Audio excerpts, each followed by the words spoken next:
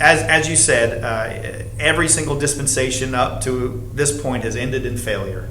And we'll continue to do so until we get to the millennium. So it seems like something else is going to have to show up. Right. So this leads us to the dispensation of the law. And as we've been going through, we've been talking about our spokesmen. Mm-hmm. Last time it was Abraham. This time it's going to be Moses. Moses is the spokesman for the law.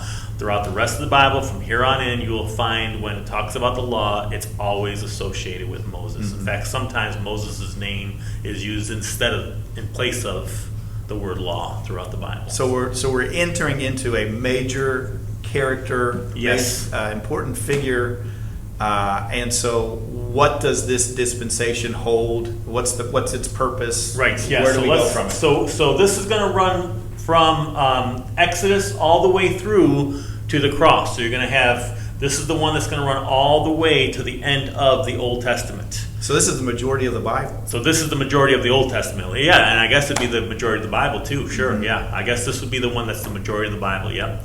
And then you'll have that 400 years of darkness where at the end of Malachi, there's no signs, there's no wonders, there's no voice from God until John the Baptist comes on. And we've talked about that before, until John the Baptist comes on the scene.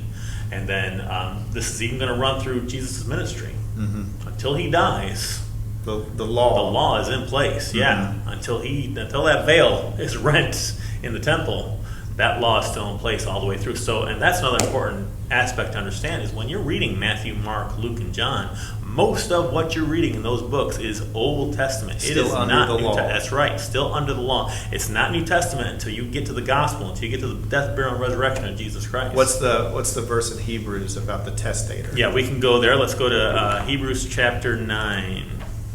I'm glad you had that. Yeah. Hebrews 9, verses 16 and 17. For where a testament is, there must also of necessity be the death of the testator. For a testament is of force after men are dead. Otherwise, it is of no strength at all while the testator liveth.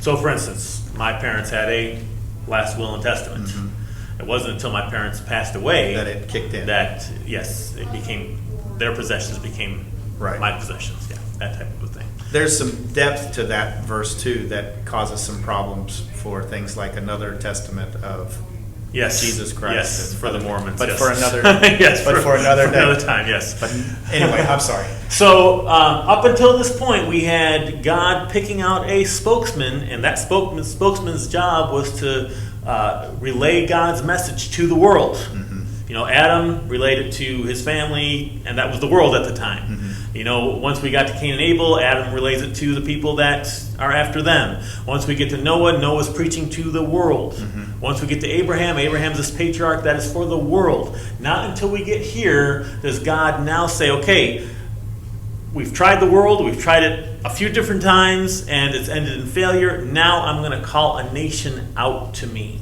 Now it's no longer... Abraham was more specific. Abraham wasn't the world, was he? Abraham was the world, yes. Okay. Okay, that's what we talked about. I'm with you now. The promise there is your seed is going to be for the world. I'm with you. Yeah, that's the okay. idea. My bad. No, I think we need to keep that in there. Yeah, that's good. Yeah. Just to clarify that. Yeah, right. No, that's so good. That's good. Yeah. So okay. So when you said the world, sometimes we just automatically push the world out and just say Israel. Right. Yes. But Abraham was the father of many nations. Yeah, that whole idea. Go back and watch the videos. That's right. That's right. Yep. So calling a nation out now, and that nation now. This is an interesting view of election we've got now, because this is an elect nation. Mm-hmm. And the Calvinists will usually understand God calling and elect people out as a closed group. Mm-hmm. That God has elected. But we see with this nation, the purpose of calling this nation is out so that they can eventually be a light to the Gentiles. Mm-hmm.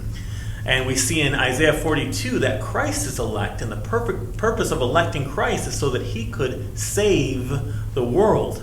So election really is about getting the unelect saved. Mm-hmm. The elect are there for the unelect. So this is a complete flip-flop of what the Calvinists would say election is, which is really interesting. It's an interesting idea. Yeah. So this is God's elect nation now, for the purpose of eventually saving the world through this nation, which is really Which cool. gives everybody a chance. That's right, gives everybody a chance. And the Messiah will come through this nation that will save the world, which is cool.